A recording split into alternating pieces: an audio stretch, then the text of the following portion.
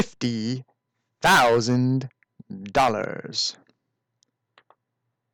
That was Ted Axel's signing fee. Outrageous? Yeah, kinda. Considering my starting assets was $200,000. So, why spend 25% of my money on one wrestler? Well, sir, I've played this game a few times and I've never had the Wise Man, is his nickname, on my roster. So, I saw that his trust was B in his organization, which I believe I mentioned trust being a measure of a wrestler's loyalty to his current promotion. And if I waited and saw his trust climb to A, I'd probably never get him. So why him? Not only is he a cool guy, he's got a marketable look, but if I don't get him while I can, there's another wrestler over in the free agent pool, Japan, Baron Charles.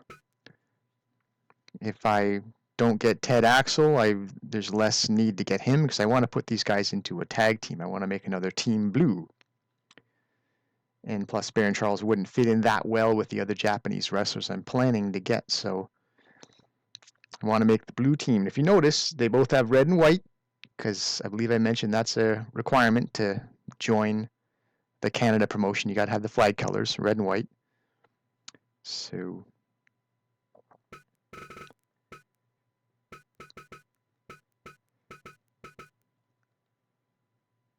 that's covered. So other pros. He fights Ted Axel in our strong style. If you look on the right side of his profile, match style strong.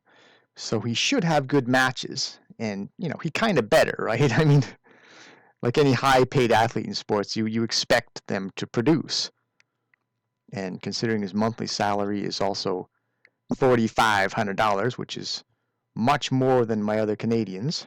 If we look at some of their other salaries, we got 1,200s, 1,000, 850, down to 650. So $4,500. It's a lot of money to pay a guy per month, and so the pressure's on, as it should be. But he does have a B in popularity. If you look at we haven't touched on this yet, but if you look at this section here, popularity, it gives you popularity by region, and since the first one is the America region, that's our region. B popularity, that's pretty good, so hopefully he should bring in bigger crowds for us, hence more revenue, and that should help to offset the salary. And only a couple of our starting Canadians have B popularity, so bringing in another B is significant, I think. Also, $50,000 gives me an excuse to make another rookie reference. I believe I already made a rookie reference, but here's a second one. The film starring Clint Eastwood and Charlie Sheen. There's a scene near the end where the great Raul Julia, who is the villain in that movie, he needs a couple guys to pull a scheme, but one of them didn't show up. And he looks at the other guy and he says, "Tell you what, handle it yourself," and I say 50 grand. So, anyway, more seriously, the worry going forward with this guy is, if you notice in the lower right, speaking of trust, he's only got a C trust for us. So, as I mentioned earlier, if that drops, if he goes to D, we could lose him, which would be a bit of a disaster. Seem like threw away a lot of money to get this guy. But we can try to keep that from happening. I'll be putting him in the main event for this February card, and maybe he'll get into some title matches in the future, and we'll see if we can even up that trust. That would be ideal if we could actually improve it. So, looking a little closer at profile, you notice he has the Phoenixplex hold, which I believe I've seen that, and it's a very crowd-pleasing hold. And that reminds me of one of the great wrestlers of times past, Mr. Perfect, who had a perfect plex. So that's pretty cool. And you also notice he's got back to the red and white theme, he's got the England stretch, which I'm not sure what that is, but that helps to legitimate him on our Canadian roster, because not only do Canadians descend from the English, I believe, but England also has red and white in their flag, so that's pretty cool. Oh, before I get off of too far away from old-timey wrestling references, so Ted Axel is our $50,000 man. That's a little less impressive than, say, the $1 million man. If you remember another a famous Ted DiBiase was the $1 million man. So what's cool about this, all this money, is that this could help build in villainy to this character in our roster. Since we paid so much money for him, he could flaunt that. If you ever put him on the microphone to address the crowd, he could say things like, you know, they paid me a lot of money to bring me here and to keep me, and so that makes me better than you. So I think, generally speaking, if one way to get somebody a little bit upset with you pretty easily would be to sort of shove in their face that you're rich. So you can flaunt that, and it might be more fun to boo him that way. And plus, he's our first non-Canadian, so hopefully it's a good excuse to have villains in this promotion, people that might be fun to root against, because he's not even Canadian. He's from the U.S. He's not even from here. So, speaking of the main event, I mentioned we'll put him in the main event. Against who, you might ask? Well, we're going to acquire another guy from rival promotions. We're going to match them up with each other. Who's that other guy? So this guy was from King of Glory, Ted Axel. If we scroll over, we can see there's a look at some of the King of Glory wrestlers. This organization's got a net worth of $17.5 million, so it's pretty rich. Less rich is Ace, where you see Ken. Deathblow Ken. So he's only got a B trust as well, so might want to grab him while we can as well. His signing bonus is not going to be nearly as high. It's only going to be something like $16,000. So, which is still a lot of money. It's more than 10% of what we have left. We have $140,000. So it's still quite a bit of money to pick this guy up, but compared to what we just spent on a new character, it's going to seem like a bargain. So that's one of the two things that I did in episode 1 that was off camera, that was off our contract. So we'll quickly go over the scouting part that I also said that I did. So if we escape this for now, Human Resources Scout. So you get a nice little grid here of different scouts you can send out to different regions. If you look toward the bottom, it'll say preferred style and preferred territory. So I believe that just means the scout is more likely to find wrestlers of that style. He's more likely to find wrestlers in that territory. So what I've done is I'm not using all of them. I'm using 3 of the 5. The guys in yellow, they've been sent out to scout. It cost about $5,000 to send these 3 guys out for the time period I've selected. And how I chose what to enter into the stats here, I happen to know who I still want to find. So having looked at the free agent lists, having played the game a few times, I know there's several other guys out there who have red and white in their uniforms, and I want to get them. And I know where they're from and what their styles are, so I could input those appropriately, style territory, based on the preferences these guys have.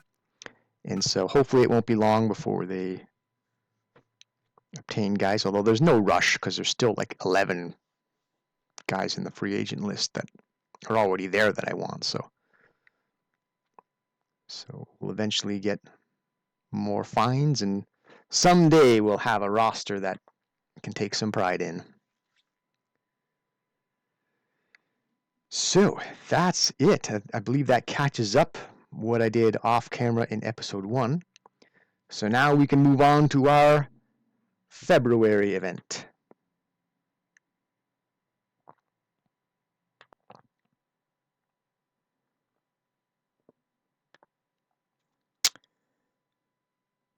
There he is, Ken, freshly signed to our Canada roster. If you notice, toward the bottom of the profile, he has B Trust. Now that he's working for us.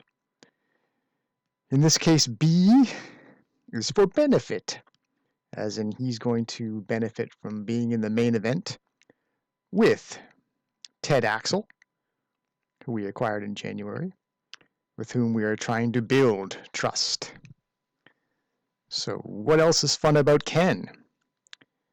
Another video game reference. If you know Street Fighter, you probably do. Fairly famous video game.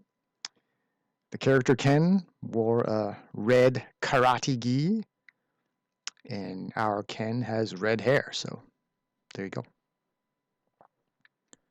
So the main event is planned.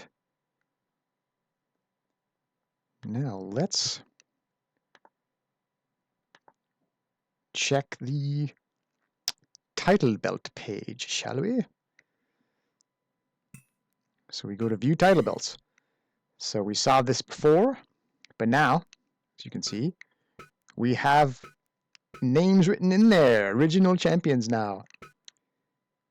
We saw the Terrible Team featuring Jason and the Bear, first ever heavyweight tag team champions. And of course, Michael Elgin, Big Mike, is our first ever Canada heavyweight champion.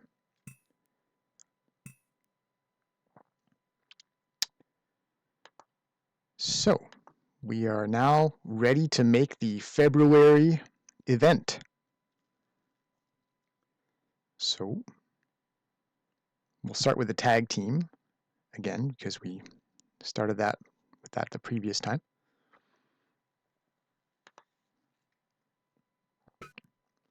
So we go to event, book event.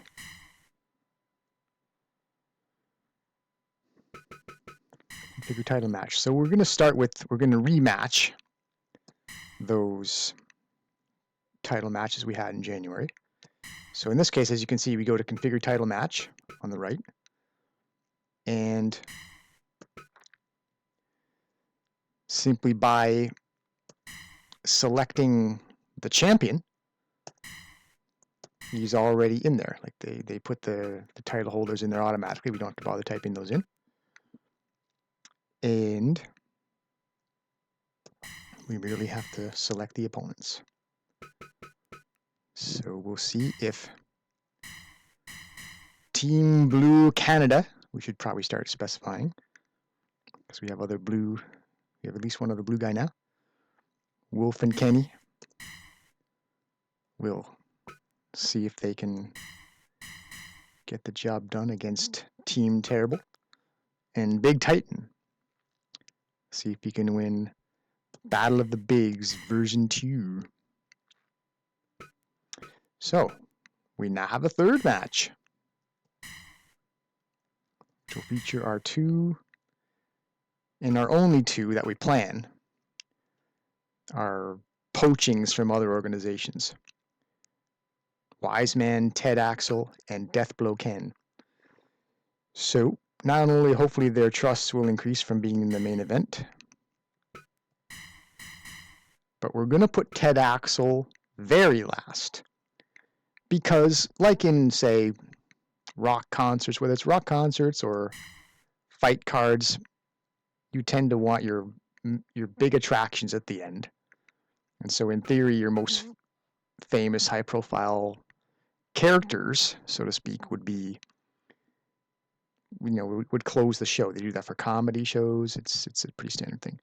So not only, the game probably doesn't recognize this, but for fun, I'm going to put Ted Axel in the very last position, because that means he'll be the very last guy brought down to the ring. So not only is he headlining, he's the final man to be called down, so hopefully that will make him feel extra important. We'll see in that trust C over there. Oh, lost it. In that C trust over there, lower right, will go up. It might not go up this card.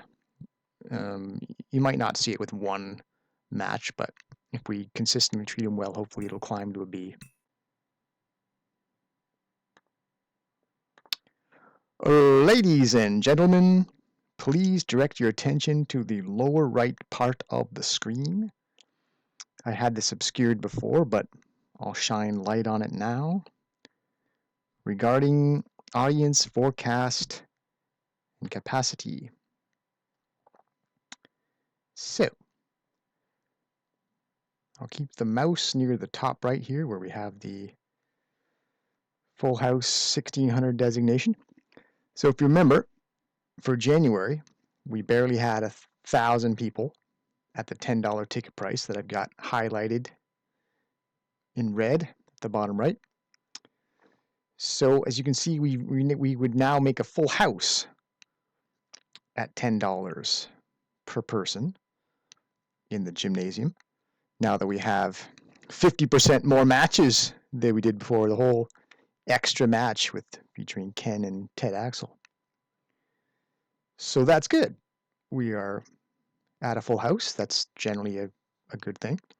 But maybe we're wasting our potential here. Now, as I said, ticket prices can be increased. If I go to a $20 ticket price, as you can see, it's still full house at $1,600. So if we had run the card at $10, that would have been a waste, right? People would have paid double. Well, looky here, we can increase it again. $40. Now that brings us under capacity, but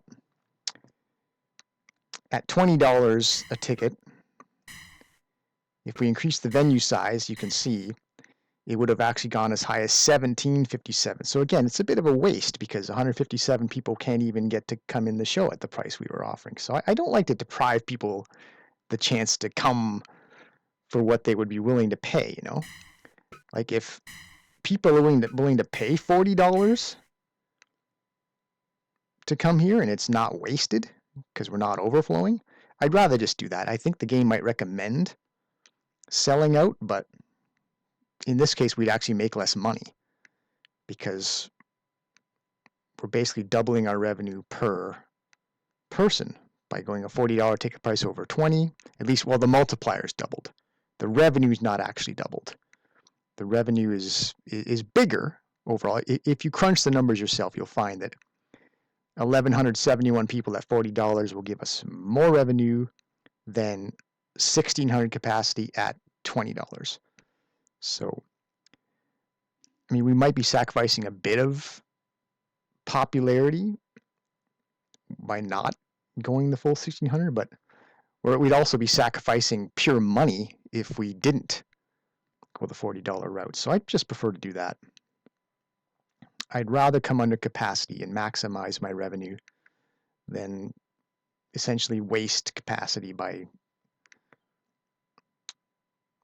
while charging less. So this is what I prefer to do. So as I mentioned, yeah, you can select the venue size and you can pick different halls that would contain more people. We'll get to that eventually. And you can expand into other regions if you want. We'll probably stick with America probably forever. It takes a long time to build popularity. So unless we play this game for many years, this promotion, many years, probably never reach the point where we feel compelled to expand to other regions. So stick with America, our home region. And, you know, even at just 1171, that's still, you know, we went from under 1,000 people to over 1,000 people. We can max out the capacity on a future card while still not feeling like I'm sacrificing, you know, revenue. So I believe we're good with that.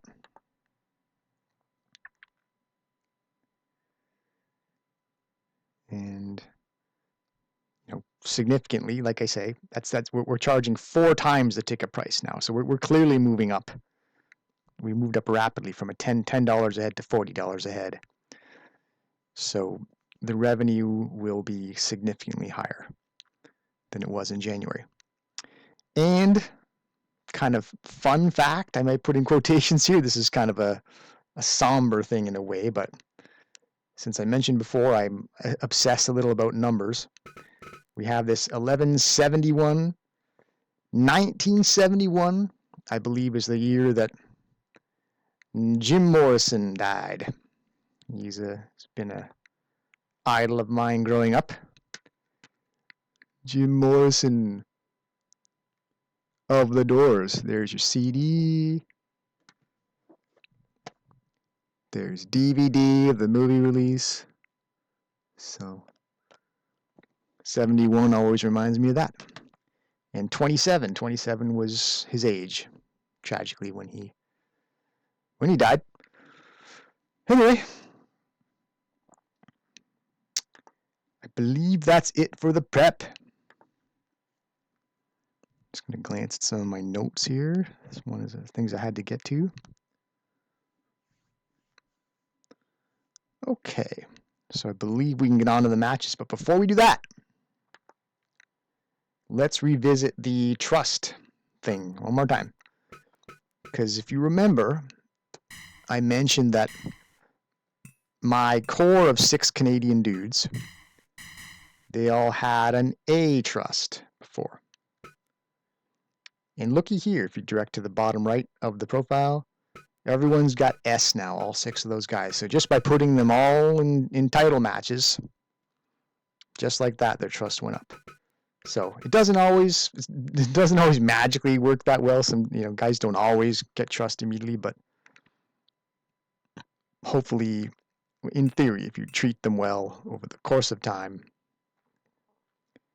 the trust should go up. Hopefully. But so I believe we're good.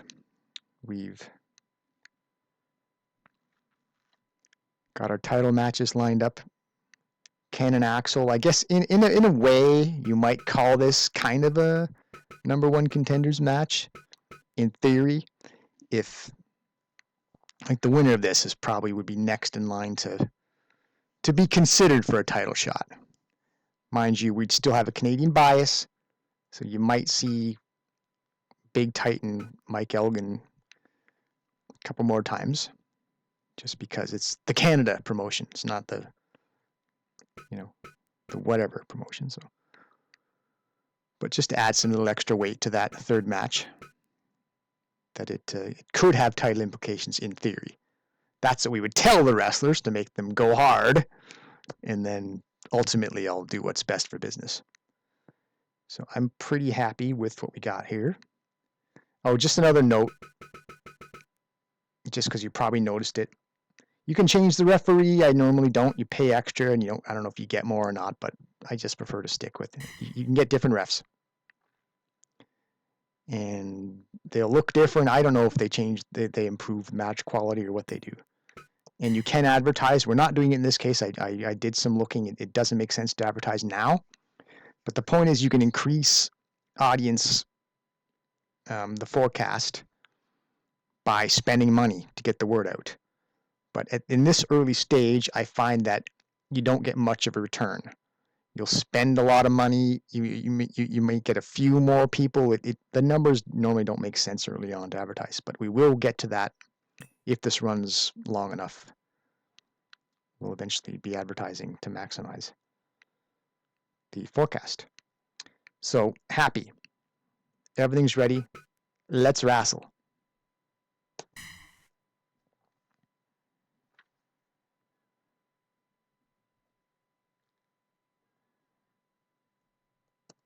Proceed.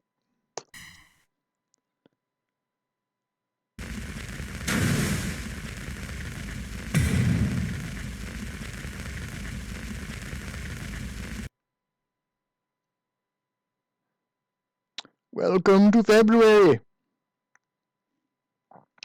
The first match is for the Canada Heavyweight Tag Team Championship.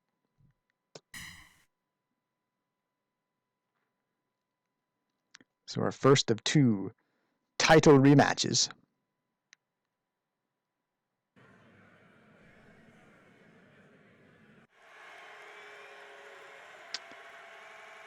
Okay, so let's go down memory lane here as the challengers make their way down to the ring. In the first match for the tag team titles, we had plenty of out-of-the-ring brawling. There was even a kendo stick brought into the ring at one time. Jason was flailing around with the kendo stick. I don't think he hit anybody, but he certainly tried. So we saw our first foreign object of the promotion. Foreign object, very famous in the history of wrestling. Bang! Source of much controversy. So no disqualification occurred there. I guess maybe if he had whacked someone, but just spoiler alert, hitting someone with a foreign object in this game is not grounds for disqualification. So here they come. Here are the champs. Terrible Team, your Canada Heavyweight Tag Team Champions. So, and it was almost not. If you recall from the first match, we actually had a 2.9 count at one time off of Wolf Hockfield's Tiger Suplex 85, 2.9. So Wolf and Kenny were that close to being the first ever tag team champions. Ultimately, though, the Bear was just too much for mere men to cope with, and Terrible Ted won the title for Team Terrible. Here we go! Rematch.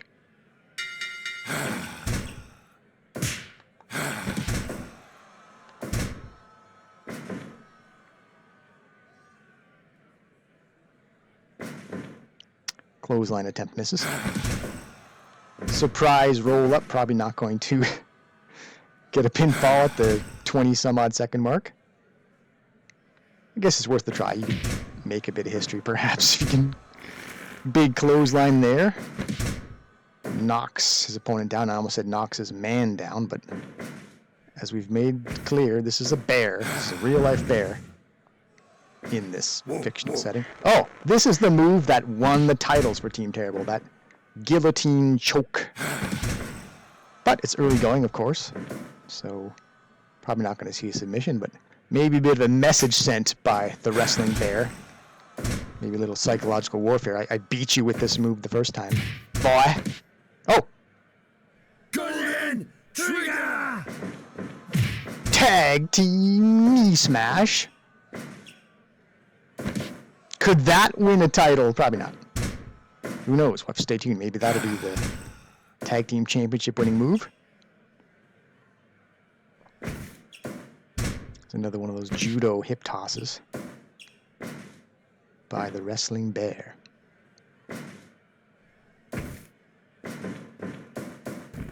Into the ropes with an Irish whip. Oh, but simply bowled over. In fact, that, you remember in the first match, was what immediately preceded the finish. The bear bowled someone over. In that case, it was Wolf, and then he proceeded to apply the finishing hold, which was a submission. In case you didn't catch that, why that match seemed to end abruptly in the first event. We had a submission conclusion there. That's why there was no 3 count. Body slam. So now we got the smaller men in there matching up. Jason the Terrible and Kenny Omega. A lot of flailing around, a lot of non-landings on those strikes.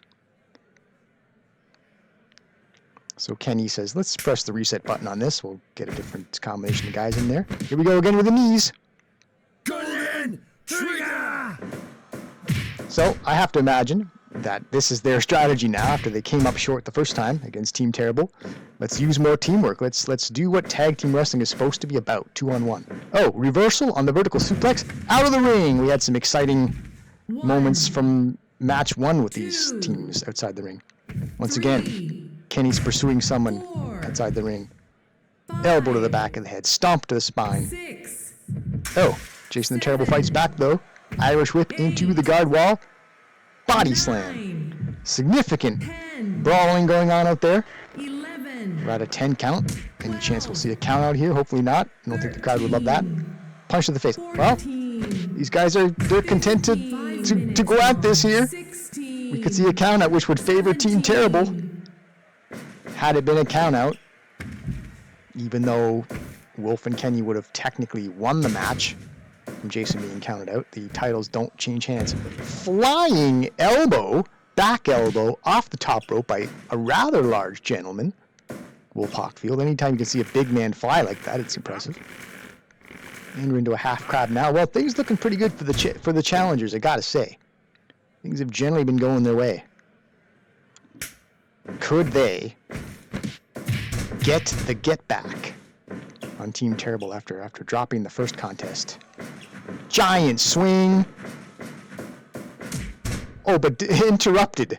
Terrible Ted, the wrestling bear, wasn't just going to sit by and watch his partner get flung around and made dizzy and whatever else. Just disrupt that.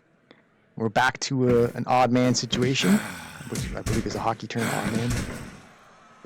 Terrible Ted is facing 2 mere humans and did okay, which the champs need because, as I say, this match has favored the challengers so far. Eye rake. But the bear using some brute force to try to gain some momentum. Oh, counter. It was a Kenny counter. Oh, look at that. Suplex into a pinning combination, type of German suplex. But again, a bit early. We're not going to see a result this early, probably. Certainly, the bear is going to be able to take a lot more punishment than that. Well, so far, the mat exchanges between these two guys have gone Kenny's way. Kenny Omega again with the German, but into the ropes. Easy break there. Reversal on the Irish whip. This is where the bear might utilize his superior size and strength. Smashes his man down with the spear. Or the gore, depending on who you favor. Bill Goldberg and Edge have called it the spear. Edge being another good, wholesome Canadian boy. And Rhino from ECW used that move and was known as the Gore. Gore. High kick. Clothesline didn't work, though, as the surprisingly nimble wrestling bear tries for the surprise roll-up.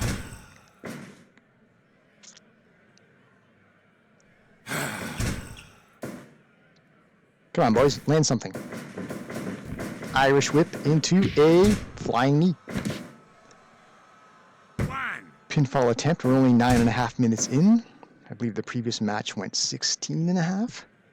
So we got plenty more action probably for you, unless we see some abrupt finish. All 4 men in the ring now. Let chaos reign. 10 minutes gone. Does the referee know who the legal man is right now? You can't escape. You can't escape. I'm glad I wasn't yammering on like an idiot while he said that. Flying, backflip, moonsault. Okay, so Wolf has reached in from the apron to grab hold of Jason the Terrible. Can Kenny utilize it? Now, a little bit of confusion there, and Wolf Hockfield is elbowed down off the apron. Ooh, devastating. Some sort of, maybe that was the double arm pile driver I made reference to when we looked at the profile. That looked like that could have seriously killed somebody. Okay, so now we're 2-on-1, even though we're in the terrible corner. Wolf and Kenny, yeah, you probably saw it. Probably don't need to call that. No man enjoys that, or at least not being on the receiving end of it. Double clothesline. Okay, so the terrible team, they definitely need to take control of things now. If they can't get some momentum going, they might see those titles slip away.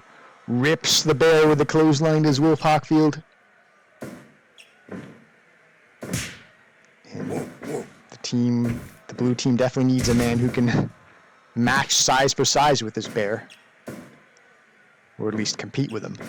Kenny brings more of the skill and technical elements. Wolf brings more of the size and strength, so I like the team. I think if they could beat the champs here, they could be worthy champions. As we continue to watch Big versus Big. Counter kick to the top of the head. I do like that high kick by Wolf Hockfield. Okay, so, wow. The bear hasn't been too successful with some of his ground tactics. It seems like Team Blue Canada has found the counters when they needed to. Well, that was a kick to break up. That looked like it could have been low as well. The referee needs to start paying attention to this. That's twice now, I believe, that Jason the Terrible has gone low. Not cool, dude. Oh, we now have the bear hug. Quite literally, as a bear executes it. But didn't expect a submission there because, like I say, this seems like this has been the Challengers match so far. Still some time to come here, but I think the champs are closer to tapping out if it comes to that. There was a tap to the head there executed by the bear. Spears his man down. Neck crank submission. Kenny's okay. Ooh, some sort of bear hug slam. But the bear's winded. Another good sign for the challengers. Ew, whatever Kenny was playing there. It might have been a roll up. He was going to the top, sit on the shoulders. I think he was probably going to roll forward into like a small package type of thing. But the bear was wise to it. Now we got all four men. What's going to happen here? Both engagements go the way of the challengers. And Jason the Terrible trying to reestablish some control here. Trying to establish any control. Seems like we haven't seen sustained momentum from the champs so far. Oh, what do we have here? There we go, Tiger Suplex 85. But we're in the ropes, if you remember. That move, that's the move we saw, the 2.9 from the previous match where Wolf and Kenny just came that close to being champions. Will we see 3 this time? Or will we have another terrible, air quotes, outcome? Because I'm not against terrible team. If it sounds like I'm playing favorites to the blue team, I'm not necessarily. I want to see at least, I'd like to see both these teams have the title at some point. Hopefully this is not a one-sided rivalry that just the terrible team just dominates endlessly. But I guess there'd be some value to that. There'd be a sense of can the terrible team lose ever? Hopefully that would keep the fans coming back, hoping to finally see that title change. But first things first, we have match 2 to get through. This match has already run longer than the first one. Big bear hug. 18 minutes. Okay, some sort of football tackle missed back when Terrible Ted used to play linebacker for the CFL, Football League in Canada. Here we go again with the double knee. Golden Trigger! Boom! More teamwork is called for.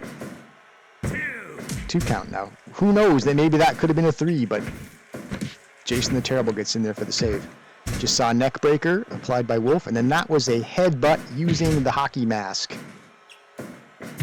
So a little bit of that's there's something a little off color about being allowed to wear essentially armor into the ring that you can use to hit your opponent with. But that's part of the fun. Oh, full Nelson suplex.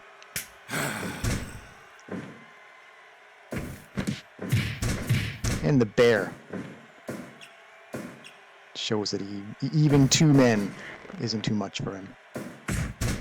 Elbow to the spine. Kick to the spine. Discus. Forearm / elbow. Something or other. Into the ropes. Ooh, flying knee, but that time the bear blocked it. Ankle pick. We got a neck crank.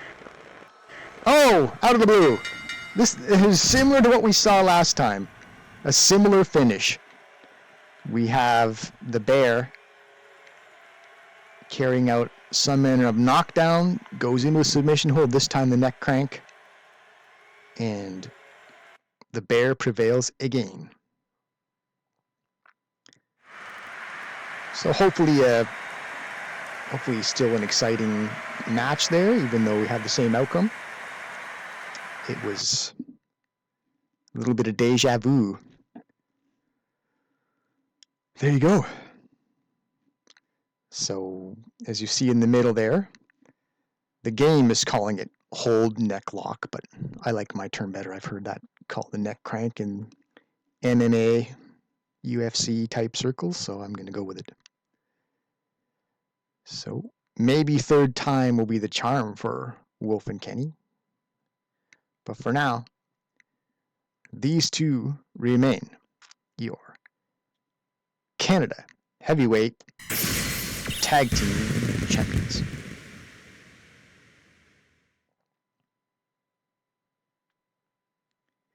Good start, 91%. We will now go straight in.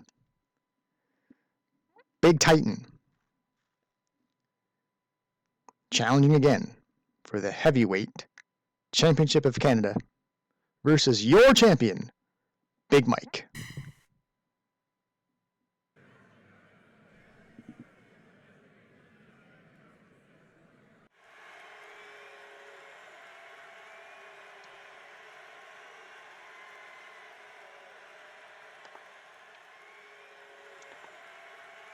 So, as Big Titan makes his way down to the ring, what do we recall about January's match when we had our first Battle of the Bigs? Mike Elgin, who I'll probably just call Big Mike from now on. Big Mike is a more fun, his nickname is a little more fun than his just normal name. Big Mike won the Canada Heavyweight Championship using his finishing move, which we can imagine he named after himself. Elgin Bomb. So can we see history repeat itself in this title rivalry as we did in the first match? There he is, Canada Heavyweight Champion.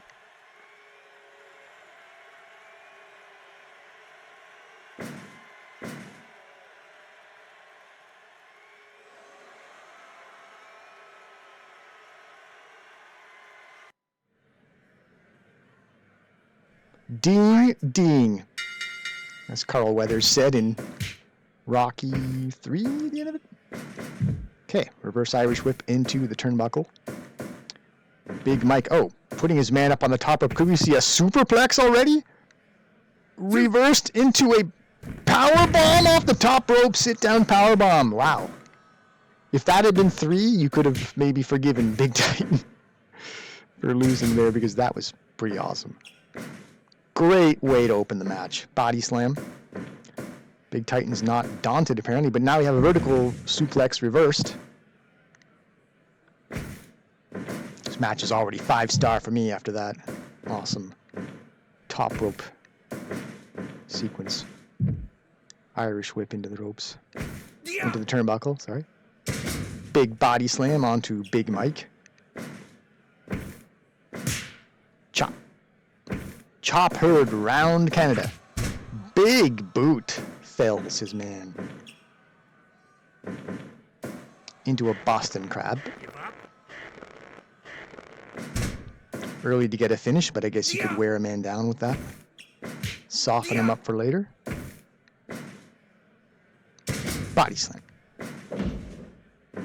Boot. Into the turnbuckle again. It looked like Big Mike was getting ready for a running start there to smash his man in the turnbuckle, but it's a bit early. You'd have to expect your opponents a little too nimble and fresh to really be set up for anything too devastating.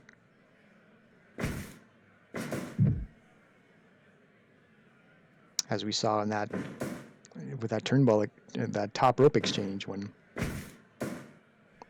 the superplex was reversed.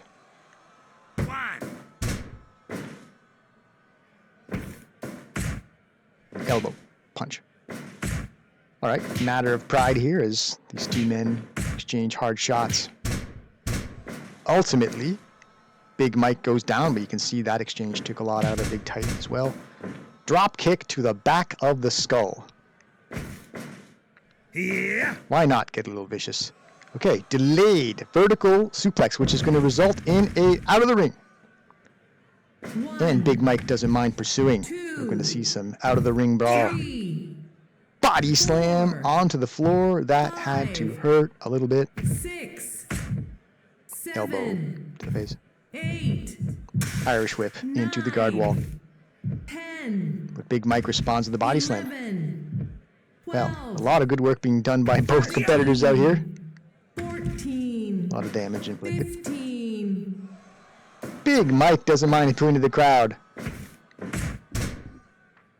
Can he feel it? Can he sense it?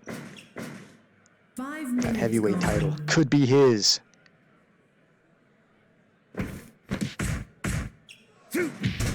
Interesting combination there. Several blows landed. Off the ropes. Oh! Impressive clothesline. 1, 2. Only 5.5 minutes in, but there's your 2 count. First 2 count of the match. Big Mike hard body slam. His man rolls out of the ring. Pursuit again. 2, 3, He used to say, this is 4, somewhat serious. Oh, we're going to see a Titan death drop out on the floor. 7, Stomp to the gut. 8, 9, 10, Yeah. And we have, 11, what a time for the delayed vertical suplex as we are watching that 14, count out clock climb. 15, 15. Back in the ring, boys.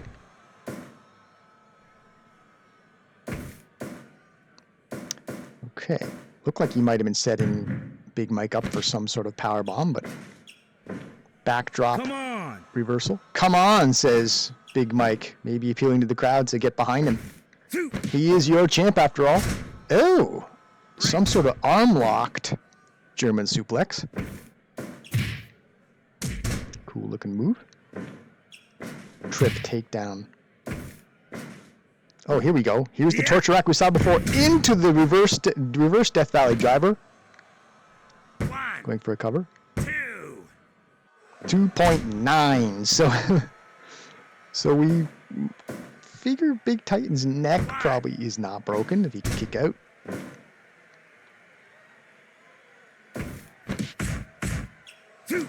Another combination strikes. Forearm, elbow strikes. Might this be the Elgin Bomb? Why, yes it is, the Elgin Bomb. This made Big Mike the first ever Canadian heavyweight champion. 3 count, and it works again.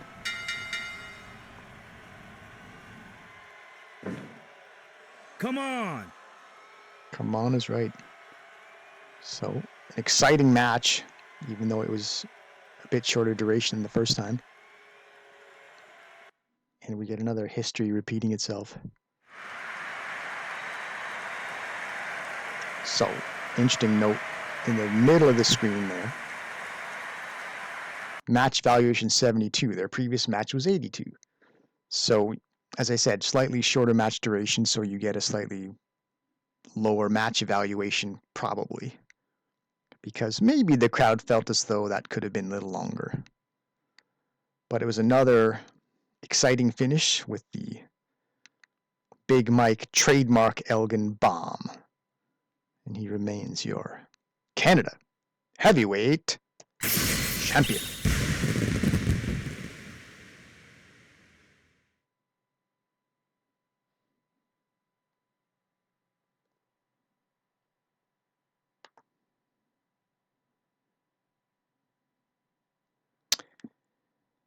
And now, it is time for the main event of the February fight card, year one. The newcomers. One thing we can guarantee about match 3 is that there'll be none of this history repeating deja vu stuff, because we have 2 all new contestants. So this will be a first, any which way it goes. So I've seen Ken wrestle before, so I have a vague idea what to expect from him. Never seen Ted Axel wrestle, ever. So we'll experience him for the first time together, if you haven't seen him. Here we go. This is for the main event. It's a non-title match, but they shouldn't all be for titles. I mean, if every match was for a title, what would titles be worth? So these 2 are fighting to possibly have future title considerations. And here we go.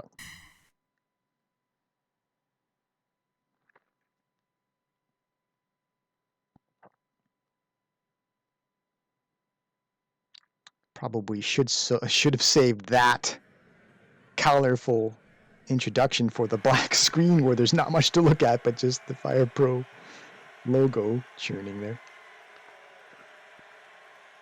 So, making his debut here in the Canada wrestling promotion.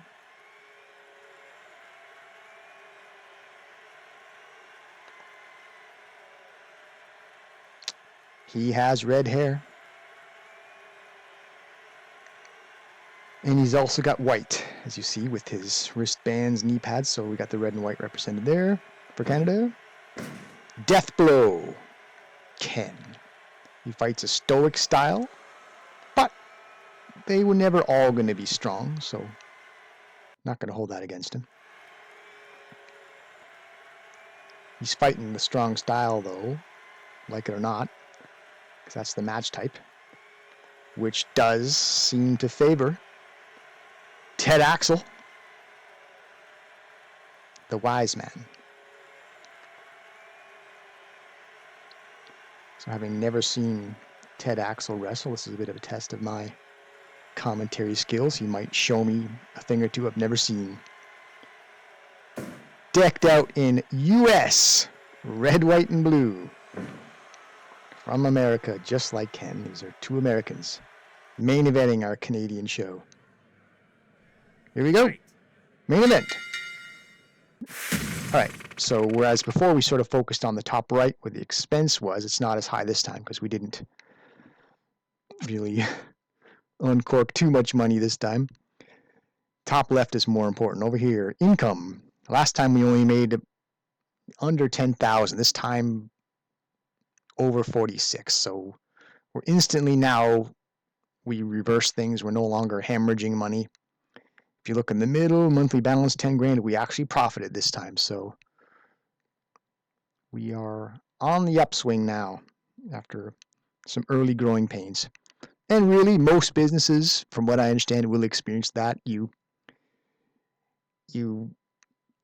tolerate losing money in the early going to get your momentum going, get your business off the ground, and then you start to profit, hopefully. And then you enjoy better days.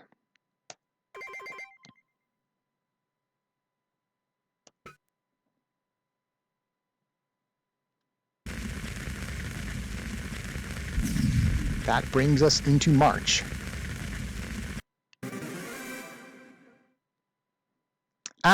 This is fun. You can get the occasional random event. You don't always get them, but in this case, Kenny, which is Kenny Omega, was a guest on a Japanese talk show, pulling solid ratings. So if that might marginally improve our popularity in Japan. It probably won't increase it from D to C, but if we were working toward increasing our popularity in Japan, that would have been a fun surprise. Fun fact, Kenny Omega, I believe, used to wrestle in New Japan Pro Wrestling. I think that's sort of where he started to make a name for himself. So for him to be a guest on a Japanese talk show, that makes perfect sense.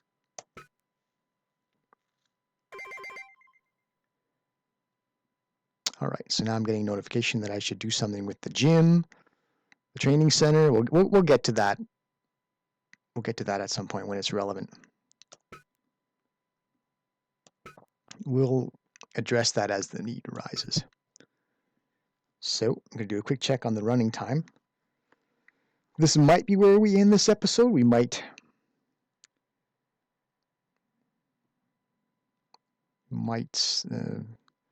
say tune in for episode 3, or I might continue on with 1 or 2 more things. But if I don't, see you in episode 3.